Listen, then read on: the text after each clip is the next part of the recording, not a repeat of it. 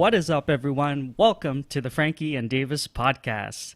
This is the podcast where I think all of us can agree that the best item in League of Legends is the Dorian Shield. No. Oh, come on. It's obvious. No, it's all about the boots.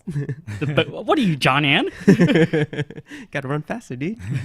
All right, so this is the podcast where we can disagree upon the best item in League of Legends. And it's also the podcast where we get together and we talk about whatever we want. My name is Davis. With me, as always, Franky. Hey, what's up, everyone? And today we got special guest, Dave. Yo, glad to be here. Hey, thanks for coming on, dude. No problem. Thanks for the invite. Not a problem. So why don't you introduce yourself to the audience? My name is Dave. I'm a photographer. The quotes are the really important part here. But yeah, I kind of do it for a living right now. And yeah, that's pretty much it. Nice. Awesome. Nice. Yeah, photography for a living for the moment. That's pretty nice. It's, Can you take some pictures of me later? Yeah. In my red Speedo? Mhm. Oh, yeah. I only do shots when people are half naked. That's part of the deal. That's the only way to do it. Nice. So what's going on with you? What's new?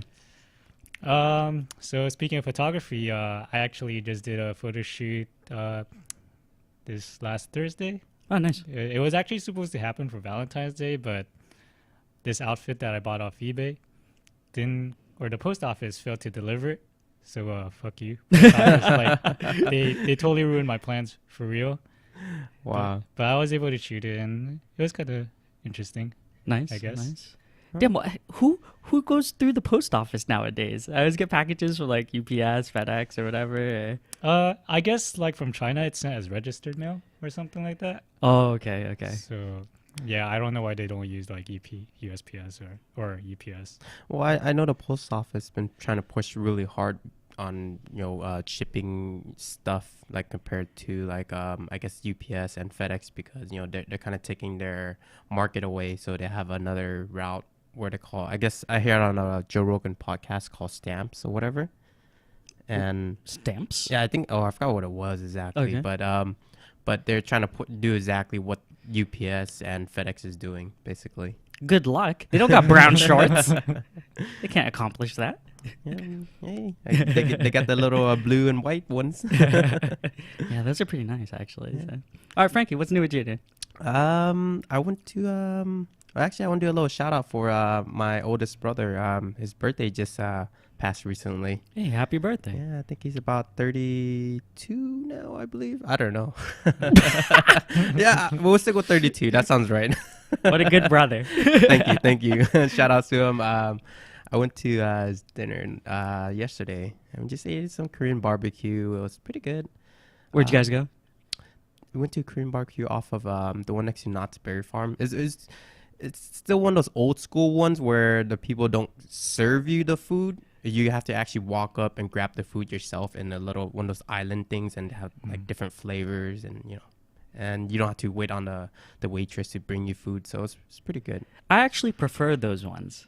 Yeah. I like those, like, go out, get it yourself. Yeah, because like sometimes you have to sit there and wait for the waitress and it's like, hey, I ordered that meat like 10 minutes ago. Where where is it? And then sometimes like when you order the meat, you have to order right away, so that way when you're done eating, they'll bring out the food again. Yeah. So this way, you could just grab the food, eat it, and then grab the food anytime you want to eat it again. So It's kind of weird because I actually don't like those. oh, But maybe because I'm one of those guys that I'm entitled, so somebody gotta serve me, man. I'm not walking out there. What a snob. Nice. Yeah. What about you, Davis? What's new with you?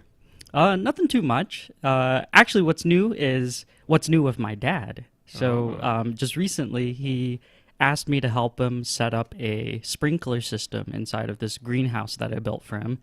And he also has these little like handmade small greenhouses that he built because my dad likes doing gardening in the backyard. Mm-hmm.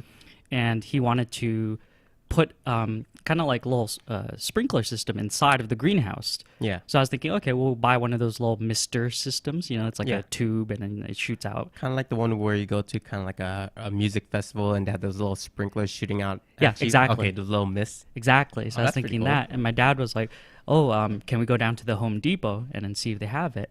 I was like, oh, let me check online first. So I went on Home Depot and I checked, and they had some stuff, but it was all order online. And I was like, well, if I'm gonna order online, I'm gonna go to Amazon, right? Yeah. So I buy everything from Amazon. So it was my first time, or my dad's first time ever seeing Amazon, actually. Oh, really? Yeah, so I pulled it up, and he's like, what's this, right? And I go, oh, it's where I buy all my stuff online. He's like, oh. He's like, do you think they have it? And I was like, oh. So, I searched, and of course they had a whole bunch of different options that were way cheaper than Home Depot, too. And he's like, okay. He's like, what's next? And I was like, well, it will come in 2 days. He's like, it comes that fast? I was like, yeah. And it came in 1 day, actually. And he was like so amazed because like the package came and like he got to it before I did and brought it into my room. He's like, do you think this is it? And I was like, let's open it. Yeah, opened it up and he's like, oh, and he's all excited about Like it. a little Christmas gift for Yeah, him. pretty much. I was like, hell yeah, 21st century, Pops. Welcome. I can only imagine your dad turns out to be like some kind of drug lord kingpin growing some weed in the back of the house. Probably. He's just playing dumb. So I'm like, goddamn son, he doesn't know anything. Before you went to Amazon, though, did you check Inland products? Shout outs to Inland. What's Inland? The best electronics company you never heard of. Never heard of. We're just kidding, people. Please don't please don't buy Inland products. But okay, moving on. So Dave, you mentioned you're a photographer. You got a website or anything that you want to promote to the people? Yeah, actually, so one of the things that we started is we have this kind of a lifestyle blog. It's not even really lifestyle. It's mostly right now kind of import car related and like, the import scene stuff. Yeah. Because that's kind of where we grew up. Mm-hmm. But our website is called Mad Light Media, and it was basically formed by about maybe like 6 of us. Okay. We kind of figured, we could do some things and showcase our work, and hopefully be able to grow it into something, big. Nice, okay, nice. Okay. So how do you spell the website? Can you give that to our audience? Yeah, it's Mad Light Media. So MAD lightmedia.com. Okay. If you're a girl, you probably won't enjoy it because we have a lot of model shoots on there. But if you're a dude, definitely check it out. Yes, absolutely. Well, hey, check it out. and girls love girls too. I mean, Yeah, that's true. Who doesn't like girls? yeah, they're soft. They're awesome. They're What's that amazing. hand? There's sorry, my hands just like going in the air. Yeah, for people that might not be able to see, I was looking at Franky and he's like, they're soft, and he makes this squeezing hand gesture with both of his hands. Sorry, I can only imagine it. So I'm just like closing my eyes, just trying to grab something right now. Oh, it's so soft. Franky, Woo! Franky, we're recording. Oh, Franky? sorry guys. Yeah, but go. Yeah, I love the website. You see a bunch of awesome cars and see who doesn't like looking at beautiful women and stuff too. So a lot of good stuff there. Yeah, I think the most important part that I want to bring up is that our stuff is original content. We do not post other people's stuff. So you don't copyright? Take that, guy. Copies people. No, it's actually a huge problem right now in social media. I don't want to talk too much about it, but like, because of Instagram and stuff, people don't really care about who created what.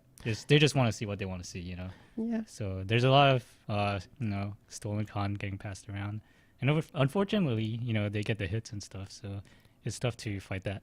Well, I mean, can you kind of block your picture from being stolen? Like, you could stop them from right-clicking and...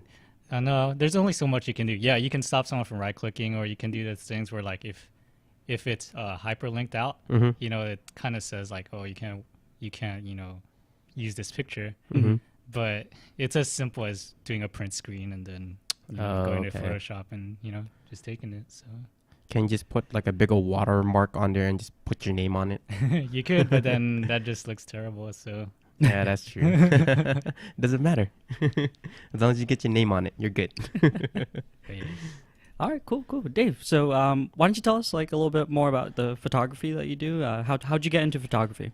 So actually, I really enjoyed telling this story because it was pretty cool. It started off, man, I can't believe actually that it's been almost 10 years. Oh, wow. Okay. But it started off with me when I met this guy named Mikey. He's actually part of the Mad Light Media also. Shout outs to Mikey. Yeah, shout outs to Mikey Yan. He gets all the ladies for us somehow. Mhm. He's got the magic tongue. Whoa. I meant golden tongue. Whoa. But yeah, it started off with, I guess, we were both into the same things, import cars, stuff like that.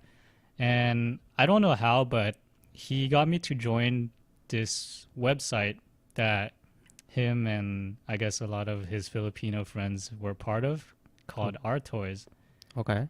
And it, this was way back when like websites were like super shitty looking. And Angel Fire. Yeah. And like, people still interacted on forums and stuff. Yeah. And forums were still a big thing. And that's how I met, a couple other guys that we formed Mad Light Media afterwards. Okay. Mhm. But the site was basically kind of like the same thing, right? Focusing on import cars, stuff like that. And I don't know why, but this was also when drifting started becoming big in the US. Oh yeah, yeah.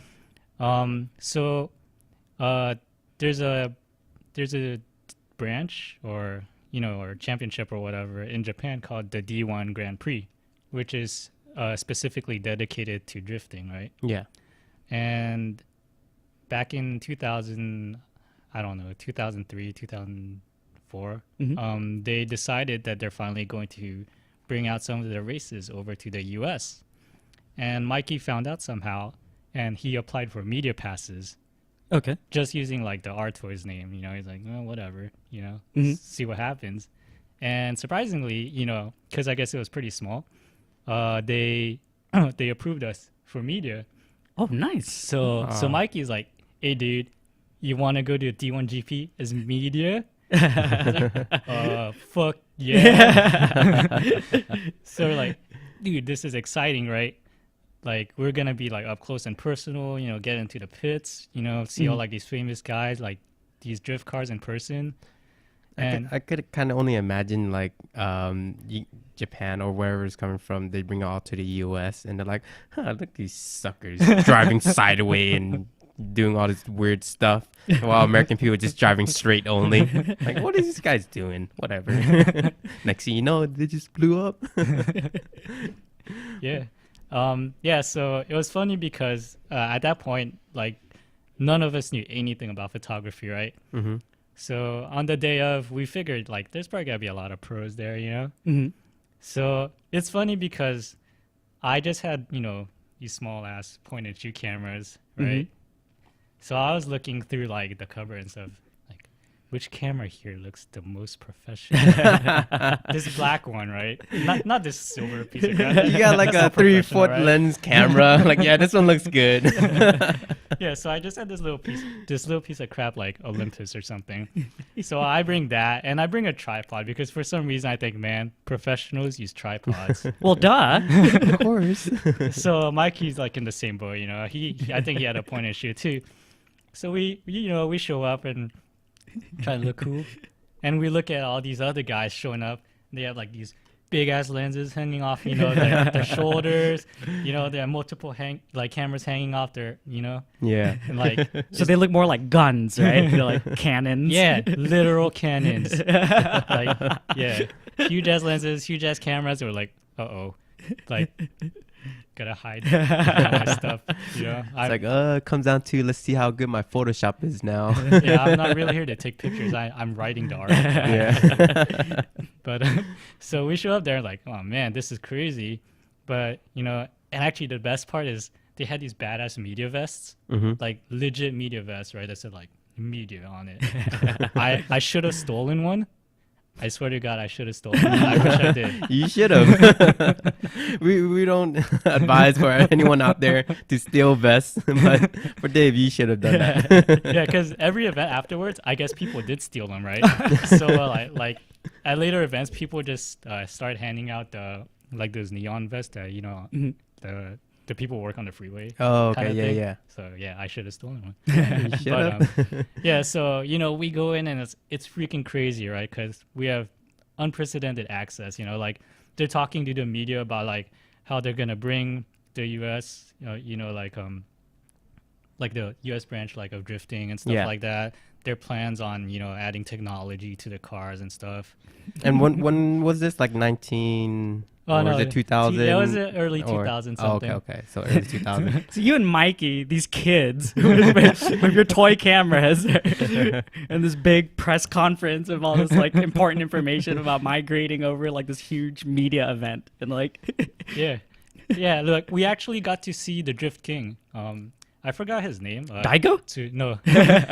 Tsuchiya something. Okay, I think I remember that. I remember hearing Yeah. Drift King. Yeah, and he also made a cameo in Fast and Furious. Boo. Tokyo Drift. Boo. But yeah, so we're there, and then we're just taking pictures. As much as we can. We're so limited on what we can do, but we're just trying. So we have a good time, and we go home, and we start looking at our pictures, and it's total shit, because we know what cool pictures look like, right? Like really up close cars like passing by, like The background's all faded, blurred. yeah. But our pictures is like there's this whole big thing, and then you see that little car, and like, oh my god, like this sucks. So it was from that where we decided, dude, let's learn how to do photography, Nice. how to actually use a camera. And then, if we can get into an event again, we'll be prepared to actually be able to, provide quality work. Well, that's cool about learning from your actual failure. I mean, anything in life where you fail at something, but you learn through experience where like, oh, fuck, dude, next time I should do better. So you try to figure out something to progress. And, like photography, for instance, like your shit would shit. your photography is shit. So now you learn from it, and now you like, oh, dude, I'm gonna go out there and kick ass now. Yeah. So Nice. that's pretty cool, Yeah, it was really cool. I mean, and we all learned, photography on our own, Mm-hmm. And from there, we were able to, again, go to the events and stuff, Mm-hmm. and, be able to provide, really pictures that we were really happy with and stuff. So I do have a question. I mean, what makes a really good photo? Is it the camera, the lens, or I don't want the person to that's say, snapping picture? it's a little bit of Mhm. everything. Okay. Definitely it's the person. Like some people are naturally gifted. Okay.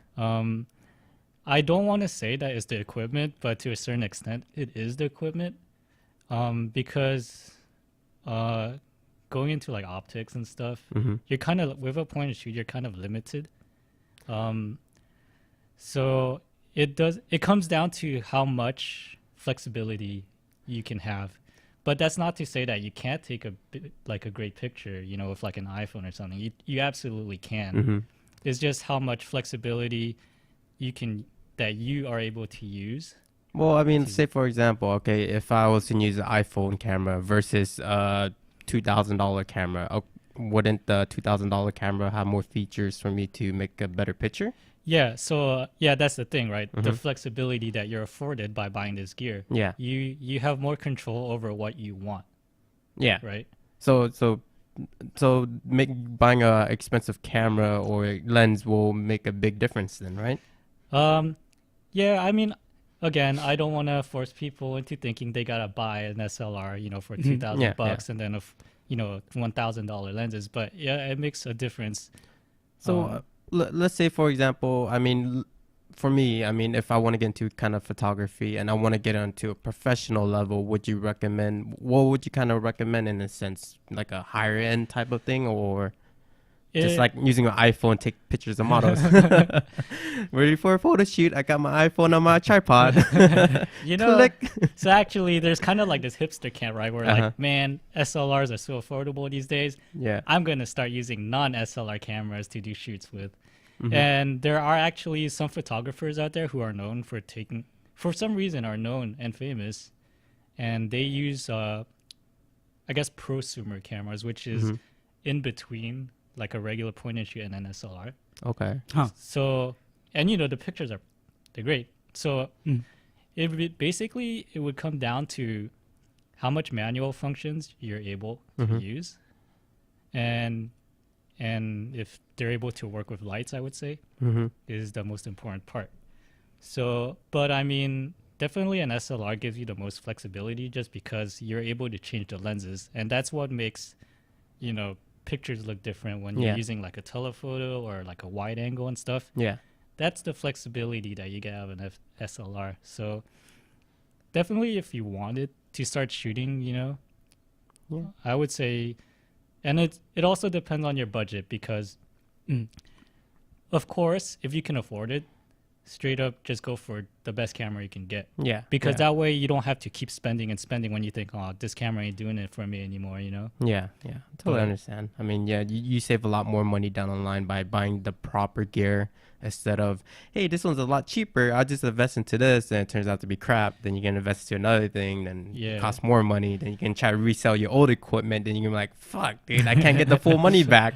Unless you find a sucker out there, then you can sell for twice the amount. Then you're good. Yeah, but at the same time, that's not to say that just having a nice camera is going to make you a good photographer. I've seen plenty of photographers with top of the line gear and they suck.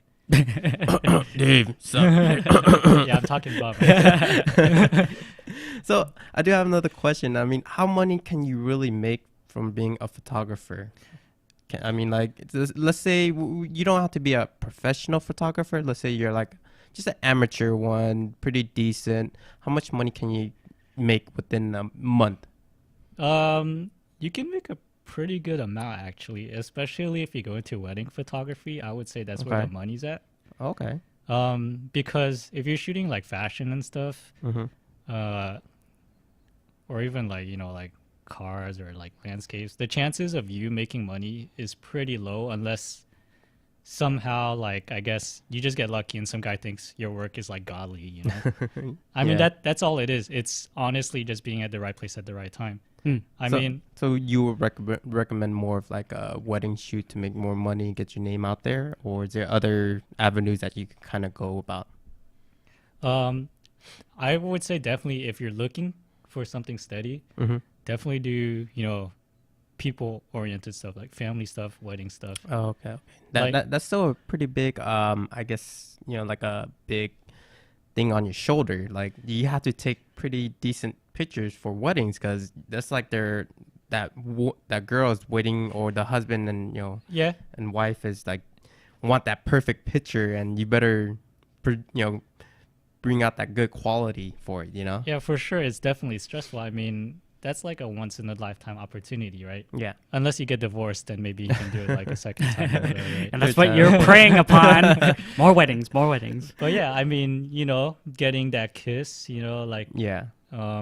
there's a lot of important shots that only last like a couple of seconds, and if you miss it, like you can't do it over, Yeah. So hey, yeah, kiss again. Wait, hold on. Go back on it. Take a picture. yeah, it's really stressful, which I guess is why it's expensive. And some photographers, I think on average, the ones that are established, they make around $4,000 for a wedding. Per wedding. Per wedding? Well, Yeah. that's pretty good. I mean, you can't really complain about that. So, So- a lot of people will complain like that's too much money, and even I think it's kind of ridiculous. But when you factor in the time that they spend post processing outside of taking the pictures, right? Like all the work they have to do to go through, make the picture look good. It honestly, if you were to add that extra time spent, Sure, for the labor. don't make that much money. Yeah, I'd done some Photoshop when I was younger, like when I was like 16, and I just messed around with it. And it does take a long time to edit just one picture, and just like the whole entire process of, oh, dude, there's a pimple, there's a zit, you gotta take that out, or you gotta color it right. And I was never a professional at it, but I mean, I knew a little bit here and there, and it does take a long time just to edit one picture. Yeah. Actually, I mean, I don't know if this is standard for other people, but me, I'm pretty anal about my editing. Yeah. I would say I spend on average probably like 30 to 45 minutes for like a picture. Oh man, That's a lot Damn. of fucking time. honestly, for me, because I was never like a professional Photoshop editor, so it took me a little bit longer than that. Actually, a lot longer than that. It probably took me like 3-4 hours just on one picture, just editing. Oh, okay, what does this tool do? I said, okay, gotta highlight, put the contrast up, down with brightness, and her boobs not showing well, and I gotta bring up, make it a little bit brighter right here. Spent 4 hours working on the boobs. You got it, man. Next is the butt. Yeah.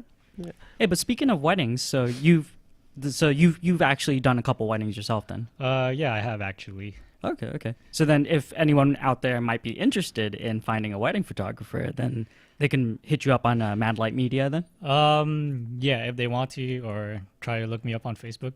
Okay, so we but- could provide that link as well too. Sure, but our Mad Light site has nothing to do with weddings. That's something that I would do on my own time. Oh, okay, okay. But either way, they could still contact you from there. And then Yeah. should they put a reference of like Dave or maybe FNDPC or Mhm. something? Okay, for the audience out there. I would recommend you only hire me if you're on a budget, because I honestly don't think I'm that good. No, I've seen some of your work. There's actually, I like it a lot. It's pretty good. You take your time and you do edit. I don't know if it's editing or is the hot girls that you're taking a picture of that got my attention. Yeah. Okay, cool. Well, for me personally, I don't do any photography or anything, and like you were mentioning earlier, you in your younger days, you had just simply a point and shoot. Mhm. I do two actually now, and I don't know about for like most of our audience if the general populace just has a regular point and shoot and they just use it. But if I'm taking pictures, all I end up doing is, all right, turn on my camera, take a picture. And that's pretty much it. I don't really fiddle with the settings or anything. I have it on the little auto setting. Mhm. For a regular person, is there anything that you could recommend with maybe like a standard point and shoot as far as like some of the features that we might not be utilizing that can help us take better photos? That's difficult to say. Honestly, I think the biggest thing to help you learn is manual controls. Okay. And that would be the ability to adjust aperture, shutter speed, and to a certain extent, like the ISO. Okay. Can you explain a little bit about each of those then? Yeah, so the whole thing about photography is light. Light affects everything. That's as long as you understand that you need light to be able to take a picture, Mm-hmm. it'll help you understand how a camera works. And the three ways you control light, entering the camera is through aperture, which you can think of. Aperture is basically the diameter of the opening, right? Okay. So just think of the camera. It's got a sensor, right? Yeah. Okay. And that's where it records, any information coming in. Yeah. Aperture would be like the lens opening, Yeah. and you can make it smaller, or you can make it bigger. Oh, Right? so you can manually adjust how much light is coming in and out. Exactly. Okay. Right. Okay. So it's a function of like time, like Mhm. how much time you're allowing light to enter the camera at a certain point, right? Okay. So that's where like shutter. So think of it as like say a pipe, right? And you got like water running through it. Okay. Mm-hmm. So think of the water as light. So with the aperture, the bigger it is, the more water is able to flow through it. Okay. So Okay. the same way, right? The more light can enter through the lens at a certain point. Mm. So if your opening is this big, you have a lot of light coming in. Mhm. So say you let this open for like 5 seconds. Yeah. That's a lot, right? Mhm. But if your aperture is smaller, Yeah. you're not getting as much in 5 seconds, right? Yeah. Okay. So basically, that's how you control how much. So is it better to have a bigger aperture to take a better picture, or is it smaller aperture, whatever, a circle or whatever is the lens to open, the smaller one to take a better picture? So I would say normally, like you want your aperture to be as big as possible because that Okay. also helps you get that the bokeh effect, which is Mhm. the blurred background when something's in the subject is focused. Yeah. So that way you get that separation, and that's what makes a picture look kind of cool, right? So pretty much, if I don't want to take a picture of some ugly chick, I make the aperture smaller. So if I want some hot chick, you want to make the aperture bigger, right? In a sense. I'm not sure how that's working. Actually, Sure. Yeah. So okay, I think I went a little bit too far with that, but Mhm. okay. So think of it like if you're in a room and the light isn't turned on, right? Yeah. Hmm. And then you look outside your window and it's really bright, right? Mm-hmm. So our eyes, Mm-hmm. they're really good at being able to see both or adjusting for both, right? Yeah. Okay. So if you're in a dark room, you can see inside the dark room, and you can also look outside and still like you can see everything, right? Mm-hmm. The camera cannot do that. So it's called dynamic range, right? Mm-hmm. So dynamic range is basically the range of how dark to how light you're able to see. Yeah. So, for example, our eyes being able to see inside a dark room and outside at the same time, maybe our eyes has like a dynamic range of, let's say 20, right? With 0 being the dark room and 20 being outside. Okay. A camera, on the other hand, maybe has a dynamic range of 5. Okay. So Okay. if it's looking inside the dark room, everything on the outside will be way too bright because Oh, okay. it can't see that. Or it's looking outside and you can see that, but the inside, the dark room, is going to be like totally black Okay. because the camera's dynamic range is nowhere near as much as our eyes. Okay. So it pretty much just comes down to whoever's handling the camera and understanding how you setting up the camera to take a good picture in the dark or in the light, Right. basically. So Okay. that's where knowing how to expose comes Yeah. in. You want to either expose for that or that because you can't do both. Yeah. Okay. Okay. And exposure is you control it doing the aperture and the shutter speed. Yeah. Well, yeah, that kind of bring up to because I did a little bit. I didn't get paid to do it, but I did on the side for fun. I did do a wedding shoot because my brother had like an awesome camera back in the days when I was younger, and I went to one of my friends' wedding and I took a picture and everyone's outside. I took an awesome picture. The light was amazing. Everything was good. Then when I went inside, took some pictures, man, it came out horrible because I didn't know what to do because I was just starting off and just trying it out and just for fun.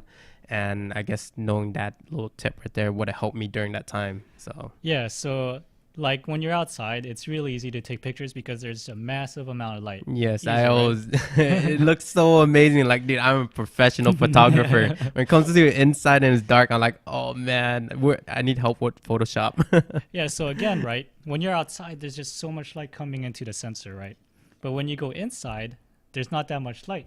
So you need to start, like, you got to open up that lens Yep. and you got to slow down that shutter because you need more light coming in for a given amount of time for it to actually come out. Yeah. So yeah, it's always going to be harder to shoot, in the dark. And, again, that's where you have to know, how you want to expose your picture. So that's why manual controls, I think, is really important. And man, I don't know if I went off track because all you were asking is how can a person take good pictures with like a regular camera? And You can't. honestly, the technology is like all really good. As long they what's that word? All cameras meter. So, they can basically kind of calculate what it needs to do to get a proper picture. So actually, me leaving it on auto, not too bad then. Not too bad. Okay. So I shoot with a Canon 5D Mark III. I'm sorry, I had to name drop because Fancy. Canon, right? But it's expensive, but man, like it has made me so damn lazy because it's got like this auto ISO feature, right? Okay. So it automatically changes the ISO, based on what it sees to make a proper exposure. So I'm literally just putting it on like aperture priority. So you're doing auto mode too. Oh Yeah. man. Yes. Get off my podcast. I don't want you on here anymore, Mr. Hey, Otto. I don't feel that bad anymore. Then we're professionals too, Frankie. Yay. Who needs Dave on the podcast? Let's talk about us now. No, I'm just kidding. But Yeah. okay. So I guess I mean, you're paying for all this cool technology and stuff. So yeah, it's Like- gonna automate those things and help you out with it. like expensive camera just makes your quality of life easier. That's all it is. Like, but it doesn't do anything different than maybe like a $1,000 one in terms of picture quality. I would say slightly, but not that noticeable. Yeah, it's kind of weird because obviously photography is an art, right?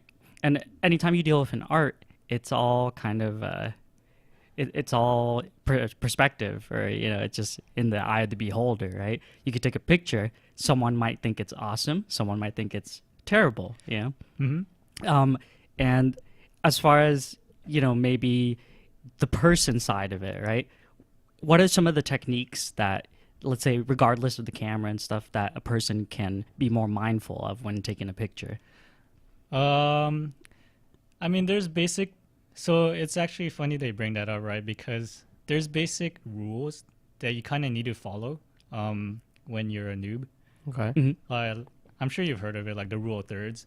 You take the frame and you divide it into thirds, right? So there's like basically 9 corners Okay. and or 9 squares. I'm sorry. And basically each intersection should be like a focal point.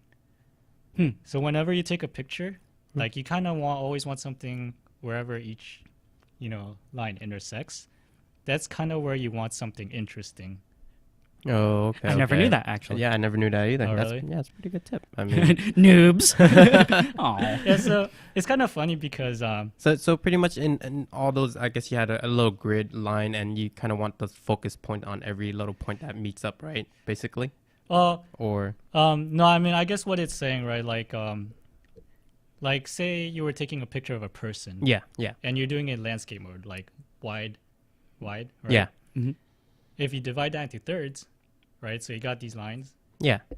So Go up and down yeah, so ideally, and left and right. Yeah. an example would be you don't want the guy right in the center.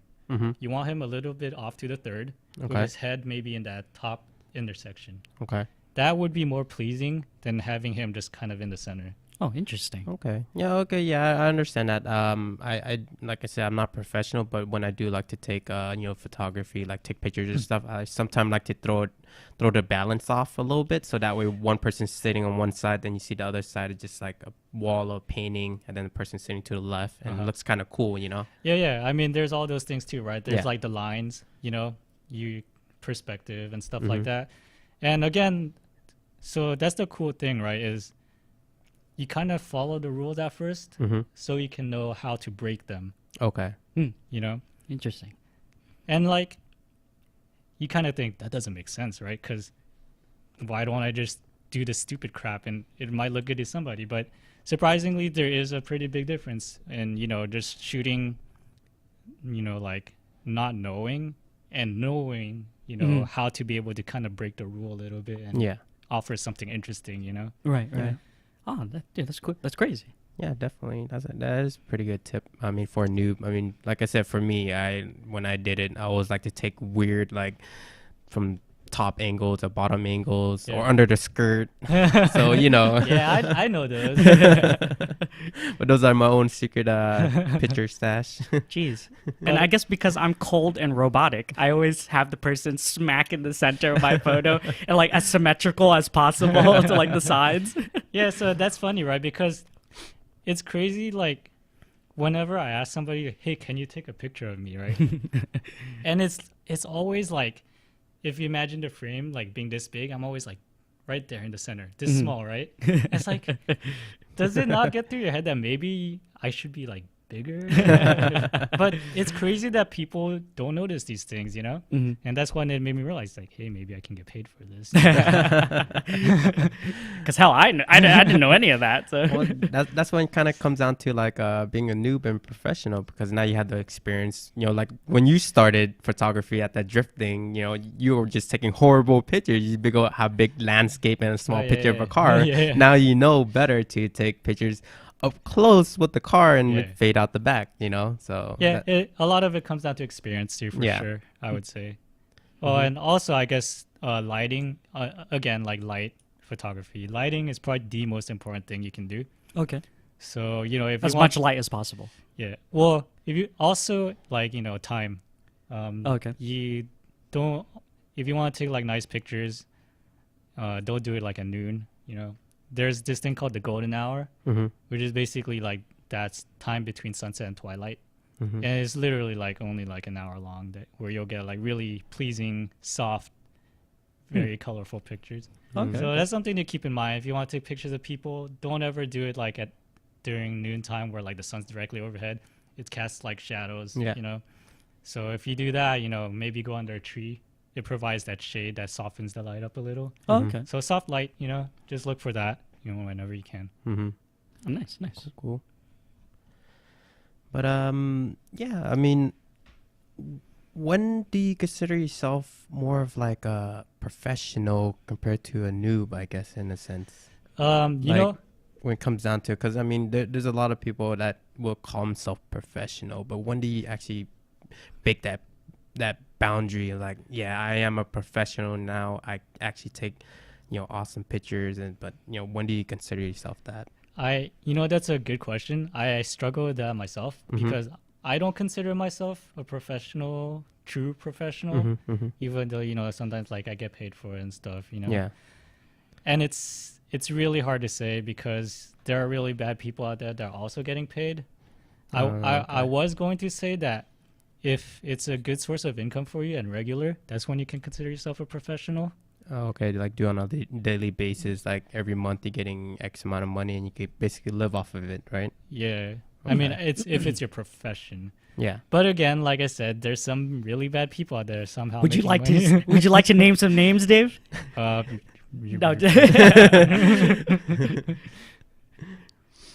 Oh, yeah, cool. So now, one of the other things that I always struggle with is, I'll snap a photo with my Canon point and shoot, and I'll look at it and I'll go, oh man, like it looks just like a regular ass photo, but I always forget that there's a lot of post-processing that's done. And then, we probably all heard of Adobe Photoshop, and that's something that you deal with tremendously, I'm sure. Yeah. So, I mean, you want to talk a little bit about like the back end work that maybe people don't know, and we touched on it a little bit earlier, but I think a lot of people would sometimes say like, photography, like you just press a button and that's all you do. I don't think that's true at all. I would say honestly, Photoshop is probably 50% of it. If I totally agree with that. If not more. Oh wow. Like, okay. Yeah, like of course you need to be good and you get that foundation, but to really make that picture, really have a feel to it, you definitely need to, do some post-processing. And I mean, that's no different than what it was like back in the day. In the darkroom, there was a lot of manipulation going on. Like, like surprisingly, people adding, stuff into the pictures, I didn't know that actually. Like when they used to just dip it into the solution and like, I guess, develop film back in the day. Yeah, they actually have done, kind of like Photoshop-y stuff, like adding like fake things into like a picture and stuff like that. Oh crap! I didn't know that was possible. Getting rid of people. It was all done in the darkroom before, so it's not like this Photoshop thing is ruining photography. It's just the digital way of doing it. Yeah, easier way, more efficient. So that's pretty cool. I didn't know either they did that back in days. That's pretty cool. nifty thing you told me there. Yeah. I mean, because again, like, I mean, even with my camera, if I were just to take a picture straight out of the camera, sometimes it'll be just what I want. Most of the time, though, it'll just look like a regular picture. And to really give it like a certain feel, I definitely, there's so many things you gotta adjust, like the contrast, the colors, Yeah, I totally agree with that because, like I said, when I took some photos back in the days, I was pretty good, or I wouldn't say the best, but decent Photoshop, and you would have to play a lot with the warmth, the contrast, so that way you could bring out the brightness of the skin and under either the sunlight, or if you're indoors and you have to tone it down a little bit and all that. So it does make a really, you put your own work into it and you get the results from Photoshop as well. Yeah, I mean, if you've ever looked, like just like magazines and stuff, right? I mean, if you look at something like a fitness magazine, I mean, it's pretty normal looking, right?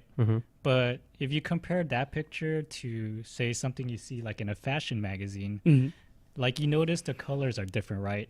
Like the high tones, they're maybe like a little bit yellow, but like the shadows are kind of like on the kind of green side. And there's this whole thing, in fashion photography called like cross processing, where the shadow tones are different from the highlight tones, and that's kind of what gives it this fashion feel. Okay. So there's all these little things of how you can affect the picture, to give you the feels. Right, exactly. I mean, no wonder it feels really, really natural and awesome when I'm watching a Playboy book. Oh, okay, I get that warmth feeling. Yeah, I mean, it's warm, Yeah.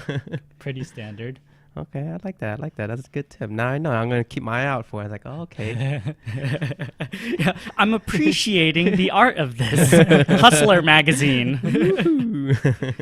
Okay, cool. Well, what I wanted to do actually was kind of as a little master class, or not a master class, but just a little demonstration for people out there that might be interested in starting to get into photography and whatnot.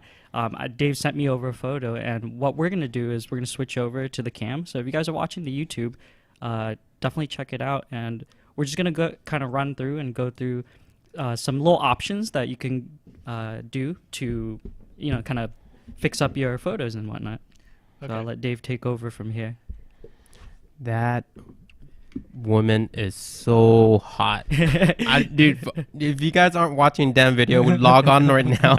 Go into our YouTube video and definitely look at this. So She's this is so what gorgeous. Dave has to work with here. It's Oh my god, the struggle that Dave has to work Poor with. Dave. pain in the ass. I'm telling you, man. You ever seen? Oh, this kind of reminds me of that video. They had this guy. He's all massaging all these hot girls and stuff. Oh, yeah, I Oh saw man, that. the struggle, man. He's all massaging their Yeah. butt, their arms and stuff. Whoops. I was like, what the heck? But yeah, definitely. Wow, she's gorgeous. But anyways, yeah, back to the editing part. Best thing that happened to me in my entire life. Okay, so what's one of the first things that an average person, if they're dabbling with Photoshop, like would want to do? Because when you asked us this a little bit earlier, but both Frankie and I said, okay, what is wrong with this picture, right? Yeah. Both Frankie and I were like, nothing. Like, it looks, Absolutely nothing. Yeah, it looks Her fi- it boobs look fine. Her face looks good. it looks fine to me, but you're like, wrong. Right. Yeah. So actually, when I look at this, and this is kind of my curse with working, with these people, is I can't appreciate it anymore. But there's actually a lot of things wrong with this picture. First, this one is subjective, but it's slightly underexposed.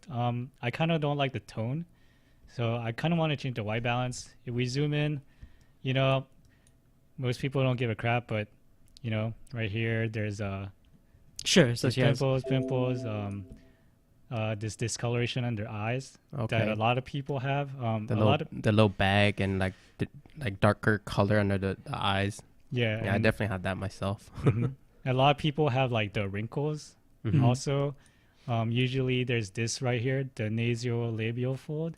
When they smile, the it's- what? What is that? yeah, like when you smile, it Mhm. it creases, and sometimes it just doesn't look that good. I think that gives her a little There's good this. feature on her smile. I Yeah. actually kind of like that a lot.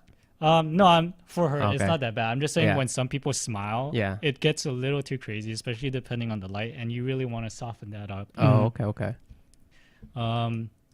Yeah, and then her pits, they're Is that actually, hair coming out? No, I'm kidding, guys. actually not too bad, but yeah, a couple more other blemishes on the chest right here and Mhm. stuff. So the first thing I would do actually is I would shoot in RAW, so I would not do this in Photoshop. I would do this in Lightroom, which we'll probably go into it later. But I would say one good way to really get your pictures done well is to get Lightroom. Okay. But the first thing I would do here is basically kind of just change the exposure. Okay, so you're going to the curves. Yeah, so you can either do that with levels or curves. It's dependent. They kind of both do the same thing. They just achieve it in a different way. But I would slide this over, just kind of brighten it up a little bit. Okay, so you you kind of tune down the levels. Yeah. So, Okay. I'm just bringing it up, because it was a little bit too dark for me. Okay. Oh, did I just hit cancel? What the? Oh, Dave, you're not a professional Photoshop anymore. Get out of here. Okay, so you brighten up the picture a little bit. Yeah, so Okay. I can't explain it, so I'm not going to. Okay, so you just adjusted it so that the picture's a little bit brighter. Mhm. then. Yeah. So one other thing you can also do, if you notice your blacks have no detail, Mhm. this actually exposed pretty well. You can actually see like the individual strands. Mhm. So you're talking about the hair part where you Yeah. can't really see the details on the hair part. So, Yeah. Mhm. Or maybe if this shirt had no detail, right? so how would I be able to kind of make her shirt see through? yeah. So with that, you could actually use the shadow highlights. Oh, too. there's a way? What? Oh. So that kind of brings out the blacks if you need to. Okay. But for this, I don't think it's necessary. But actually, Okay, yeah, that's pretty cool. Like this is different features of like highlighting the hair or making the skin tone a little bit brighter or darker or Yes. more warmth into it. So Okay. so say maybe the picture was like this in the Mhm. beginning, right? So you can't see any of the detail and stuff. Mm-hmm. So one thing you can always do is just go to shadow highlights Mm-hmm. wherever it went. Okay. What the what the what? But yeah, you go what? Okay, Shadow so highlights? image adjustments and then shadow highlights. Yeah, I mean Mhm. don't go too crazy with it because it really fucks up your skin tones. Yeah. Mhm. So you can start using layer masks, which is more advanced. But again, kind of brings out the details Yeah. that might be missing. Yeah. I like it when I like girls when they're a little bit have that brown color. It's pretty sexy. But so normally I would do these normal exposure adjustments Yeah. basically. Mhm. I would do that in Lightroom because it's a lot easier. There's just a bunch of sliders. You just slide them left or right. Yeah. Okay. So I highly recommend that. But for this, there's spot healing and patch tool. Mm-hmm. Mm-hmm. These are probably the best. They both do the same thing. It just depends on how you want to do it. Okay, so you're selecting the patch tool now, and this Yeah. is going to help. So whenever you want to get rid of like pimples or something, Okay. then use the patch tool. You can basically just circle it and drag it to a clean area, Okay. and it'll get rid of it. Oh, yeah. wow. The Look at cool. Yeah, I remember that thing is it kind of replaces with the skin that's clean, right? Yeah. Without the pimple. Yeah. Or you can use spot healing brush, Mhm. and it's basically, a diameter, Okay. and you can just, make it as big or as small as you want. And it functions and it does the same thing, but automatically, right? Yeah. Okay. Instead of you choosing the clean space, Photoshop does it for you, right? Okay. So you just click on it, boom, it's gone. That's Oh, pretty wow. cool. Yes. Oops. Yeah, so then, I'll just kind of go, Just clicking everywhere Mm-hmm. until it gets everything all smooth, get all the pimple and yeah. all the wrinkles out. So, you just kind of go Okay. through and kind of clean up her face, Mm-hmm, mm-hmm. Yeah, and then for the bags, which she doesn't actually have any, but just the discoloration, right? Mhm. So this is where we go into kind of like a little bit more advanced thing.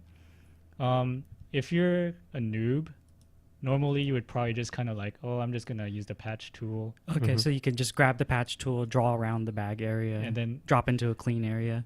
and you can do that, but when you do that, you get rid of the original. Yeah, I can kind of see Skin? that, right?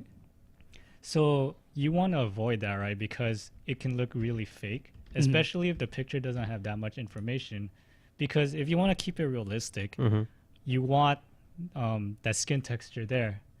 And the way that you're able to manipulate this is there's this technique called frequency separation. Okay. Okay. So what it does is it separates the texture information Okay. from the color information.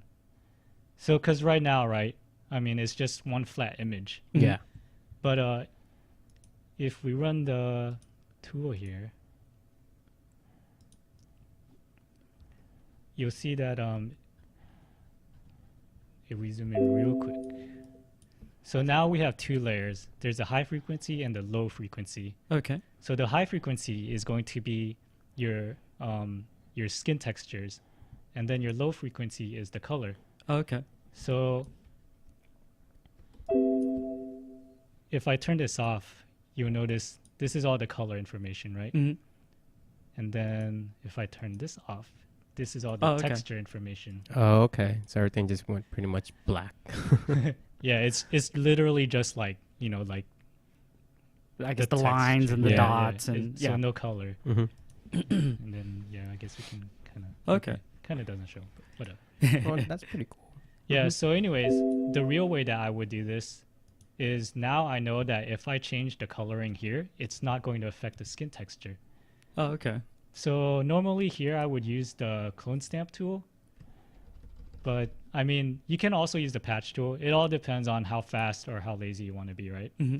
So the clone stamp tool, you basically lets you target a color, and then you can apply that color in Oh, wow, other okay. places. I can see So it's that. kind of like a makeup thing where you throw in, different, the color you Yeah. want into a certain area. Yeah. So you can do that, or, just go back to the patch tool. tool. Mm-hmm. Where to go? Or if you're confident enough that it's not gonna look bad, you can just literally circle this area, Yeah. bring it to a clean area. Okay. Okay. You know? Cool. But yeah, definitely. I know there was we did have a picture of a before and after. Mm-hmm. Yeah, definitely. If you guys want to pull that up really quick and just to see Yeah. the before and after what you did. So after like all that work, which I Mhm, probably mhm. spent a lot more time, we can look at the before and after. Yeah, I mean, you can totally see a big difference between two. If you want to move that little toolbar out of the way, so everyone can see. Yeah, it's like the original picture is like pretty much darker skin, and then all the pimples, I guess, in a way. Yeah, and then you just go And then the here. right side, it looks all white and all the pimples gone. It looks pretty good. I like it.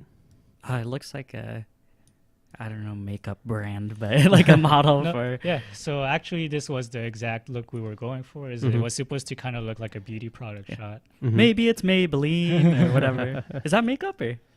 I don't know. Yeah. Okay. So I mean, you can totally see right straight out of the camera. Yeah, it looks great, but you You're clean it right. up. It can be so much more. I don't know. I in my opinion, I actually like both. I mean, because I like the dark skin texture with the warmth color of the red and stuff in it Mhm. too. Yeah, And after the editing, it's more white and more bright. I mean, I'm not saying your work's bad, but I'm saying I don't know. I like both actually, like the raw and the the after picture. yeah, it's preference. But again, for this, this is the look we were trying to get. It's supposed Yeah. to look like those commercials, where like Mm-hmm, they're using skin products, Yeah. Okay. Okay. So, Yeah, that's it. A Dove commercial. There you go. That's See, what it see, reminds me of. yeah, See, I don't know what it is. I don't think it's the editing. I think it's just her in general. She's just so gorgeous. no, she's great. She's the best. I wouldn't doubt it. My life is ruined after like Cool. Look at editing some Oh, very cool. pictures. Yep. Excellent. But, For anyone out there that's interested in kind of messing around with that, Mhm. hopefully that would give you some tips on like some little touch-ups that you could do for your Mhm. photos. yeah, and for sure like you don't have to go into Photoshop. I mean, that's only if you want to do the advanced stuff like that. You can actually use the clone stamp if you use Lightroom. If you're on a budget, I highly recommend Lightroom. I think it's only $150 or something like that. Okay. But it's both a catalog tool, so you can keep all your pictures, Mhm, easy to mhm. find library, and a very easy to use editing tool. Okay. Excuse me. Yep. And you can do a lot of stuff with it. So I highly recommend it. If you do need Photoshop but you can't afford it, Go download it or pirate it somewhere. Which we don't condone. yeah. Or I don't have any experience with anything but Photoshop, so I can't really recommend it. But if you want a free alternative, there's one called GIMP. Mm-hmm. So you Okay. can look into that. Okay, cool. Well, yeah, I definitely want to get into this little game I have for you. All right. Since you're a photographer and you do a lot of professional photography, I kind of have a question. What picture would you pick or take a picture of? All right. All right. So, A, a guy's butt. B, a donkey's penis. C, elephant boobs. Don't laugh at my question. So do elephants have? Yeah, that's what. Doesn't matter. It does. No. Because if they rarely have boobs, then I would want to take pictures of that because I'm the only guy that's got pictures of elephant boobs. So you would that's pick worth money. you would pick C. Well, if I were to look at it as Yeah. a whole, Mm. guy's butt. You would take a picture of a guy's butt. Yeah, I do a lot of taking pictures of women models, Mm-hmm. and there's a lot of people on Facebook that probably hate me for it. So I would like to give back to those people and take pictures of dudes. So guy's butt. Whoa, your answer is wrong. What? Donkey penis? No. D, none of the above. Oh. You fell. All right. That's what I meant. All right. I'll give you another shot. All right. I'll give you another shot. If you had to take a picture of a whale's penis, A, B, a wolf a wolf's butt, or C, a croc's legs? You know, I'm gonna have to go with whale penis for this. But hear me out, right? All right, go ahead. This involves me going underwater with some crazy ass diving equipment, you know, and swimming with whales. Well, no, that's pretty. That's pretty good. That's a pretty good answer. But still, you fail. It's D. None of the above. Oh, damn it. All right, absolutely. All right, this is my last question. All right. If you had to take a picture of woman's boob, or A, woman's boobs, B, a woman's butt, or C, a lesbian action. Going by the current trend, I have to go with D, all of the above. Correct. Ding, ding, ding, ding, ding, ding, ding. Nice. All right, good job, Dave. As long as you won the last one, we all approve. Nice. So, okay. So on that note then, taking pictures of all the above. Now, you mentioned you take pictures of models. We saw it there. Let's talk a little bit more specifically about doing photography with models then. Okay. Yeah, I'm not sure. What do you want to know? Like, Well, I do have kind of a question, since you kind of deal with models and you mainly deal with I guess women, because that's what you kind of into, women and cars. So have you ever dealt with I guess so-called a bitch model that complains about every single little thing when you're taking a photo shoot?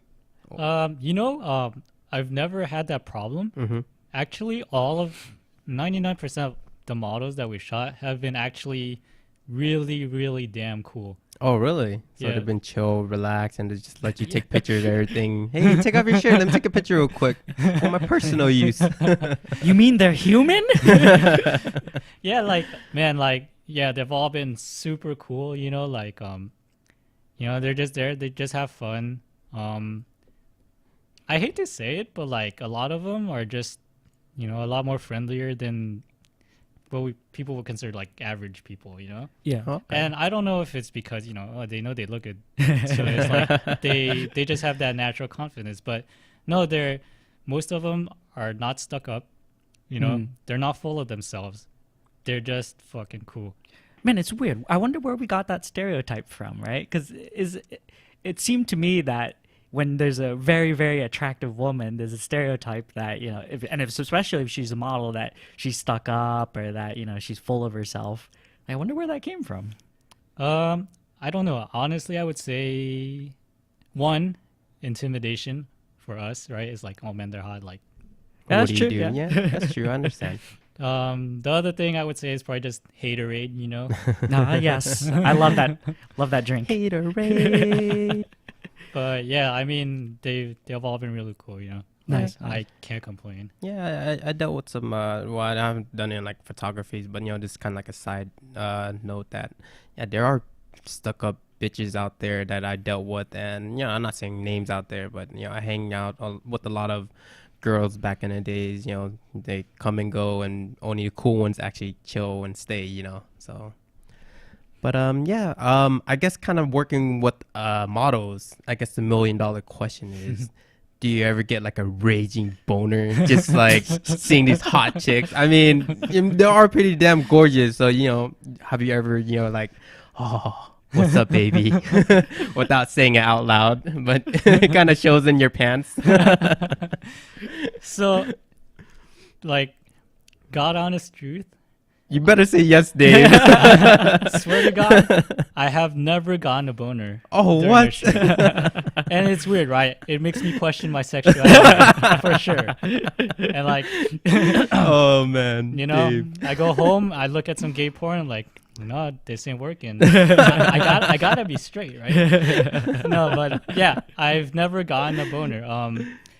At most, I strapped leather, maybe. I don't know if people know what strapping leather, but it's like What is that? Dudes know what strapping leather means. What is strapping leather? it's just rocking a half boner. Yeah, it's in between. Not fully, but okay. You can kind of like smack it around. Oh, okay. So it's up but not up. It's so Yeah. soft but yet hard. But no, to be honest, like there's just way too many things to be worrying about that to even think about it. But you never take a moment for yourself to just sit back and relax and sit on a chair and just say, "Damn, That girl's fucking hot. Okay, so Sit back and relax, and you're in the shadows. Have a cigarette with a thing of like liquor. Like, And then y'all looking through a little peeping hole while she's changing. so like when they first come in or whatever, Uh-huh. or after when they come out in their outfit, yeah, sometimes you're like, oh, that's pretty fucking hot, you know. But during the shoot, honestly, the things that are going through my mind are like, the main thing is The aperture. And no, taking the right picture. it's more like, well, yeah, there's that too. Yeah. Like, There's that get all the things right, and then Yeah. it's like, okay, I gotta look like I know what the hell I'm doing. You gotta look professional. I gotta look good because I have no fucking clue what's going on right now. hold on, let me adjust the aperture and the shutter speed. Looks like the ISO needs some work. The aperture's a little bit too hard. Give me a second. Let me soften it down. And the second thing I'm thinking, like, actually, when I'm looking through the camera, is like, God, I hope these pictures turn out well. Because if it looks like shit, then damn, it's gonna suck. And like the third thing is probably, like, yeah, just really thinking about the shots. Yeah. Gotta get it down. When it comes down to it, it is a job. Like, like they're giving your time. You're using your time. You gotta get something out of it. Mm-hmm, mm-hmm. So, it's basically like going through the shots. But, there are those times when the model is posing and I'm looking through the camera and there's maybe that one look on their face or Yeah. that one pose where it's like, damn, that's pretty hot. But, yeah. I wish you were inside my bedroom right now. But, yeah, simple. Yeah, the straight answer is, yeah, never gotten a boner. Just a semi-boner. Okay. So I like to say it's because I'm a professional, Okay. That's how it goes, dude. Yeah, that's true. Yeah. I mean, all jokes aside, I mean, when it comes down to work and stuff, I mean, you got to be professional. You got to take the right pictures. You got to make sure everything comes out good. And then, then when the model leaves, then you could you get that boner when you look at the picture later, Man, I wish that would happen, but it's kind of destroyed me. I wanted to bring this up actually, like, man, like that photo editing. Mm-hmm. That's all I see actually, or what flaws can I fix? Oh, okay. So that's You what monster! Sucks. That's what sucks. It's terrible. And I'm telling you, if don't get into photography. Don't shoot models if you want to be sane. Like, dude, one of my pet peeves is armpit wrinkles. Oh, okay. And I don't know. The hell are armpit wrinkles? So it's weird. I mean, if you look at yourselves in the mirror sometime, All the time. you'll notice, it's nice and straight. Yeah. Okay. But it's weird, but a lot of girls, and I don't know why it's girls, right? Mm-hmm. They have like really flabby armpit wrinkles. Well, I figure, I mean, I'm not a freaking doctor or a scientist or whatever, but I figured, because, the boobs that has more like fat around that area and they don't really work out the chest and the arm like guys do. Sounds right to me, Dr. Franky. Thank you. So it could be that, right? I mean, but again, this is what I look at when I'm looking at the picture. I'm not looking at their boobs. I'm not looking at their face. I'm looking at that goddamn armpit wrinkles. Like, holy shit, man, oh my god, why do I have to fix this? What am I doing with my life? Thank God for Patch Tool. No. I honestly appreciate that you taking these awesome pictures and fixing it up so that way for me, I can actually look at it and I can get the raging boner instead of you. So yeah, thank you, Dave. I appreciate it. And when they got like their arms raised up, it's like zooming at 100%, like, god damn, like the armpit stubble, like, gotta get rid of that, man. When you guys look at it, you'll be like, damn, dude, did you just shave like an hour ago? Like, go back and do it again. I can't stand this stuff. No, I totally understand where coming from. When I was promoting a lot, I used to rage and party and go to clubs and get fucked up and have fun. But when I started promoting, I kind of got out of it because I looked at it more as a working type of a thing and just trying to promote and get people into the club, and I get paid for it, and it took out the fun out of it and just made it into work. So I totally understand where you're coming from when you do photography. It takes away the enjoyment of looking how sexy that person is, and it's like, oh man, there's so much editing I have to do to it. So yeah, I mean, it's not to say that it's not rewarding. I still enjoy it for sure. Yeah. But yeah, I don't know where I was going with that. It's You hate armpit wrinkles. And now I'm gonna always be looking for armpit wrinkles now that I'm aware of them. So. But actually, noticing these things in pictures, you don't notice it in real life. Actually, it's there's this weird contradiction. I'm not sure how to explain it, but in real life, you don't notice these flaws. I don't know, dude. When next time I'm gonna be fucking some girl, I'm gonna look at her armpit. I'm like, damn, dude, those armpit wrinkles, dude. This session's over. Yeah, so girls, if you're listening, you're still good, so don't worry about that. Yeah, we love you guys. All right, so for me, I'm wondering, while you're doing the shoot with the model, like how much of it is, let's say, you directing it? Like, is it okay? I'm the photographer, and I come up with the set plan of like we want to do this, and this, or is it more of like a kind of collaboration where it's, you know, I worked with this model and we just kind of bounce ideas off of each other, or maybe even somewhere in between? Like how does it usually go? I think that really depends on what you're shooting, right? Okay. If you have a vision, like if you were doing something like fashion, right, where wardrobe and makeup is really important, then I would say the majority of the work is on the production crew and not on the model. Okay. Because you're the one that you need to get the wardrobe right, you need to get the lighting right, you need to get the makeup right for that project, you know. The model, of course, she has to, you know, look good and be able to fulfill her part doing the poses. But we're not there yet. We're doing kind of like the glamour stuff, you know, like lingerie, kind of sexy. Ooh, you know? got my attention. Keep going.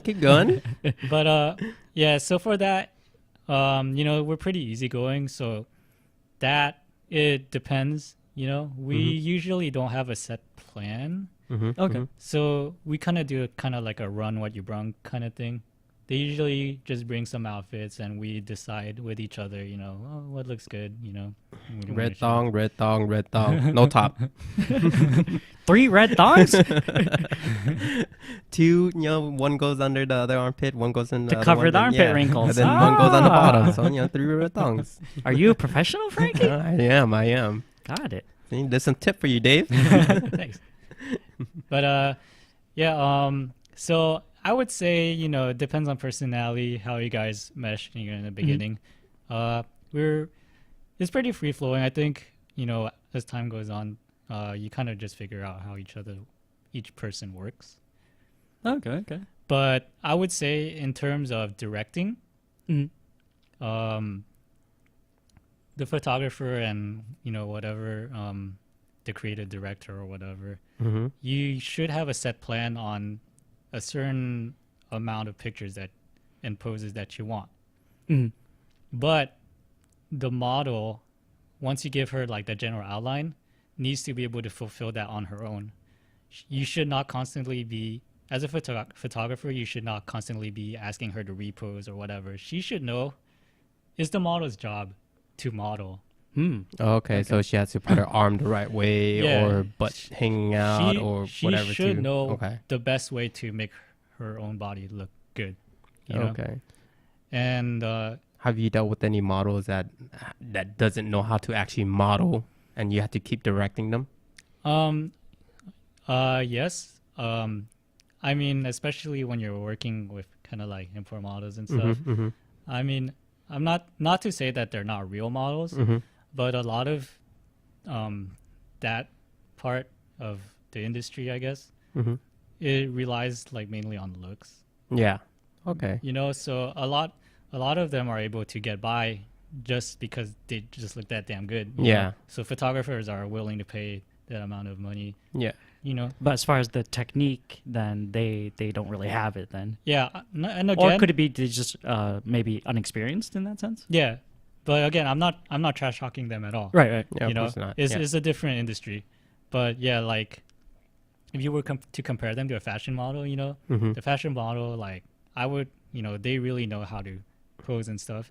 So Yeah, kind of like I mean, not that I watch it or anything, but you know those runway models. Yeah, they, I don't watch it, but you know I saw a few episodes when, you know, one of my family members was watching it. You know, they actually had, there's a lot of things they have to do. They have to turn the arms right. They have to look a certain way, either mad, sad, depending on what type of photography they want. And there's a lot to it, actually being a model, and that's why they get paid big bucks, and it's not just looks. Yeah. So. And actually, when I was working with this clothing company, we hired some models, to model the clothing and stuff like that. Yeah. And it blew my mind because some of those girls were so good. Oh, really? Because, they just got up there, strike a pose, looks good. Take a picture, strike a pose, looks good. Yeah. I don't have to tell them to do anything. Clockwork. And that's the best model that you want to work with, because as a photographer, you don't want to constantly be like, hang out your boobs, move hang a out your little butt, bit go to the left, go to the right, go up and down. You're a tiger. Make love to the camera. Yeah, because honestly, it's not your job. It's the model's job. She needs to know what she has to do. Yeah. So. Oh, interesting. I didn't know that. I was thinking it was kind of like more on your end to like, okay, now turn your arm 45 degrees, tilt your head back a little bit, and yeah, okay. You can do that. Like if she strikes a pose that almost looks good, and you kind of need that extra push. Okay. Yeah, for sure. Yeah. But you should not constantly be doing it. Is the main thing. Do you have like maybe a little interview with them beforehand to figure out if they are really a good model or bad model? Do you ask them certain questions or anything beforehand to figure that out? Not really, but again, we're not super professional. Yeah. I mean, again, that's why, fashion models and stuff like that, they're agency represented. Oh, okay. So, if you're looking for a model and you go to an agency, you're guaranteed that they gotta be, they look like how good, or they look like what they look like, and they know what they're supposed to do. Yeah. So. Okay. So have you had a favorite model that you've worked with, or maybe several models that you like really memorable, or Me, thank you, in the red thong. 3 of them? I don't know, actually. It's hard to say. Every model shoot we've had, they've all been pretty fun in some way. I would have to say probably the one that made me feel the best was that girl that I just pulled up. Okay. Oh, really? Okay. She goes by Gigi.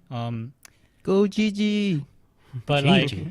I like that name. the reason I thought it was so cool is I think also it's because she's young. I think she's maybe 21. Oh wow. Probably, really? Probably not even 21 actually. Whoa.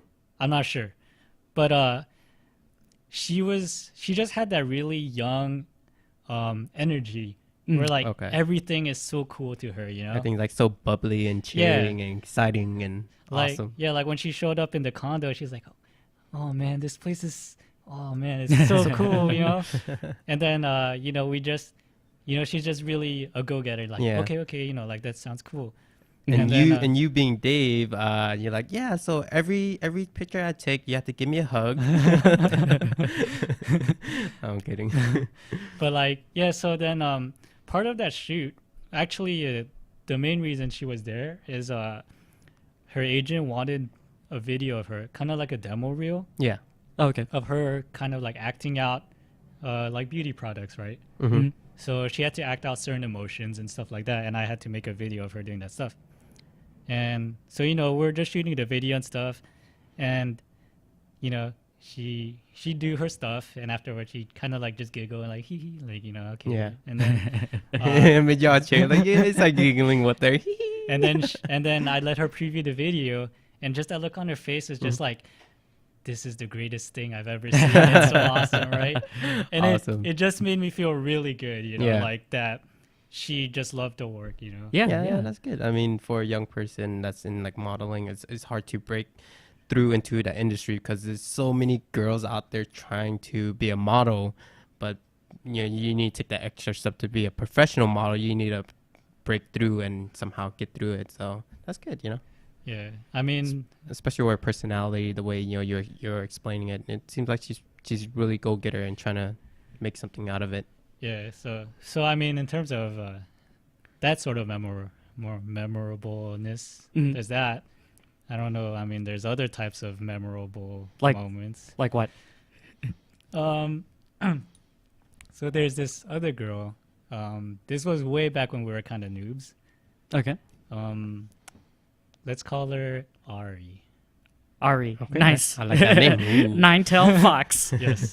Hey Ari, how you doing, baby? Mm-mm. So back when we first started, there was this import model, and I thought she was the hottest, like the hottest thing I've Like ever seen. not half boner but full boner. That Like, type of hot. Yeah, just Okay. just my kind of girl, right? Kind of short, petite. She's got like decent boobs, Oh man. and she's got that K-pop face, like Oh. really that Korean hotness. Oh, okay, I okay. was like, oh my god, she's so hot. Like, I would love to shoot with her, but like, she was really popular. Shoot with her. Eh? Hey, I just got it. I don't get it. All right, going on. So I really wanted to shoot with her, but she was really popular, and we're like, man, we don't have the budget for it, Yeah, probably, yeah. right? But I guess Mikey asked her, and God bless Mikey again, him and his golden tongue, got us to shoot with her. So we set up a shoot to kind of do like this whole car and model thing, Yeah. and we have a few friends who own like I guess this car club. Yeah. And they made like some of the best cars for like the past, I don't know, like 10 years, like magazine covers, everything. One of their cars even made it into Gran Turismo. Oh, what? Whoa, really? That Yeah. is that is the game that got me into cars, that made me like the Skyline. Yeah. That was awesome, dude. Back in days when we were playing on the PS2, like, oh yeah. But they made that one stupid car that you couldn't beat. I forgot what it was. It made it way faster than all the other cars. I guess it's some kind of advertising thing. That now that I'm looking back into it, and I'm like, man, Skyline's way better. Screw you guys. But yeah, that's cool. I can't believe that guy made it into Gran Turismo. Yeah, it's crazy. But yeah, so we picked her up in Irvine, and we had to drive all the way up to Oxnard where their shop was. Mm-hmm. And that's like a 2-hour drive. So, there was a lot of talking, and we got to know each other, so it made it like a lot more comfortable, right? Mm-hmm, mm-hmm. And I remember one of the things she asked is like, she was saying, so usually, when a photographer wants to shoot a certain model, it's because they want to fuck her, right? What? She just said that? Yeah. Like, Oh, just man. straight out. I would have just pulled down my pants, and like, okay, go ahead. I won't stop you. I'll let you do me. But go on. So yeah, so my reaction was like, no, man, no, man. I'm like the opposite way. I'm more perverted and dirty and nasty. But okay, so we get to Oxnard, and it's like lunchtime, right? Mhm. And we're freaking hungry. So the first thing she says is, let's just go get some food. Mm-hmm. We go to the sushi place, and she's so cool, right? But so we eat sushi, and she starts ordering soju, Oh, okay. and we just start toasting it. Hey, to new friends and stuff, which is Mhm. really cool, right? Mhm. Like Mhm. me, Mikey, her, and the guys that own the cars and stuff. So we just start drinking and eating sushi, Mm-hmm. but then we just keep on drinking. Nice. More soju. Yay! So eventually, like, okay, we're done.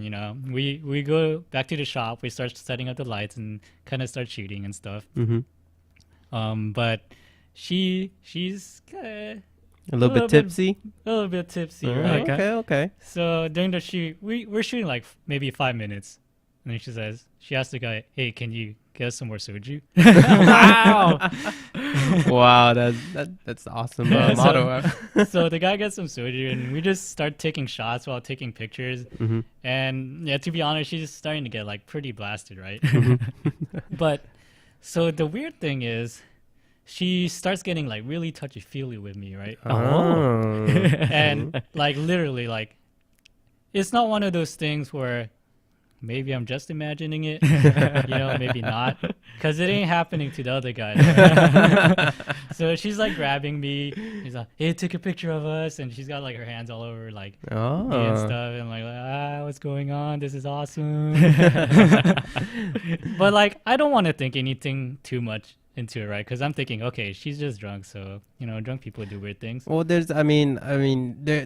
of course, there's a boundary where a girl gets too drunk, and you shouldn't be doing anything to take advantage of it. But I'm pretty sure in this instance where she wanted to get drunk on purpose to loosen herself up, so that way she can kind of have the courage to hit on you. That's why people drink in a sense sometimes, to have that courage. It's like a Superman liquor. Yeah, so there's that, and then they're also like, when you're drunk, the truth comes out. Yeah. I kind of believe that, Yeah. sort of. But so anyway, she's Oh, dude, every time I get drunk on you, I'm just gonna start lying about every single little thing. So there's that, and then she just starts doing this really weird stuff where it's just unshootable, right? Oh, the bras are coming out, the red thongs are coming on. Oh yeah, okay. But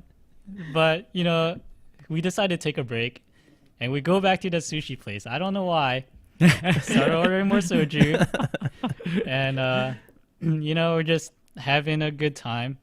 But she just starts getting way too blasted, and it got to a point where she walked into the kitchen area. What the hell? I don't know what she was doing, but she went there, grabbed some more soju or something. Damn, she's a big ass soju drinker, dude. Holy crap! It's a party girl. And then you know how restaurants usually have like a bowl of candy for you on the way out. Yeah. So we figure it's time to go home. She grabs that bowl of candy, walks out with Grabs it. the bowl? She took the whole bowl, not just one or two, but the whole bowl. She's drunk. She's drunk. But so that went on, and then we just took her home, or we just took her back to the garage and started cleaning up, and she asks for me. But so I sit down next to her and just try to keep her comfortable while they pack up and stuff. Yeah. And then take her home, and yeah, so that was that. It was a really interesting night. Did you take any photos? Or were you guys just getting drunk? So yeah, that was the photo shoot. That wasn't really a photo shoot, but we did get some It pictures. was a shouju night. A good time was had by all. Yeah, so that was probably the craziest. And then we had we got together for dinner. A couple days later, just kind of talking stuff, and then she was still kind of touchy feely, right? So I was like, okay, maybe there's more to this than just her being, drunk. Oh, okay. But, me being me, always second guessing this kind of stuff, it can't be happening. She's hot, look at me, and, I had just broken up, and so I have like no self-confidence and stuff. But yeah, so that was probably, I would say, I don't know. I was thinking probably one of the biggest like missed opportunities. I never followed up on that. Okay. I understand that. Sometimes when there's signs in front of you and you don't take that opportunity, you kind of miss it. It happened to me a few times when I was younger. You don't really notice it. It's like, oh, is it really happening? I don't know. Whatever. But damn, that would have been awesome with the cool ending with the. Let's just say it went down in my mind with the red thong. Cool. All right, guys. Well, you guys ready to wrap this thing up? Anything else you want to discuss? Or? Do you want to do any shout outs for your what was your website again? Yeah, let's close this thing out then. So Dave, you want to mention the website one more time? Yeah, again, if you want to support us, we need like all the help we can get. Because we don't get that many hits, even though I think we produce quality you guys work. absolutely deserve it. So. But you've been doing for what, 10 years? So I mean, that's a pretty long time, right? Yeah, kind of. Okay. Yeah, Mad Light Media, madlightmedia.com. Yep, check out the website. We're definitely gonna post it on our on our Facebook and our website, FNDPC. So check it out. There'll be pictures all over it. If you need any photographer, weddings, anything, you want to check out some of their shoots, definitely hit up Dave, and he'll be happy to take some pictures or just ask for some kind of quote or whatever. But pretty much love. Thank you for listening. Do you have any shout out, Davis? No. I just want to say thank you to everyone listening. So again, on behalf of Frankie, myself, and Dave, thank you. Take care, and we'll see you guys next time.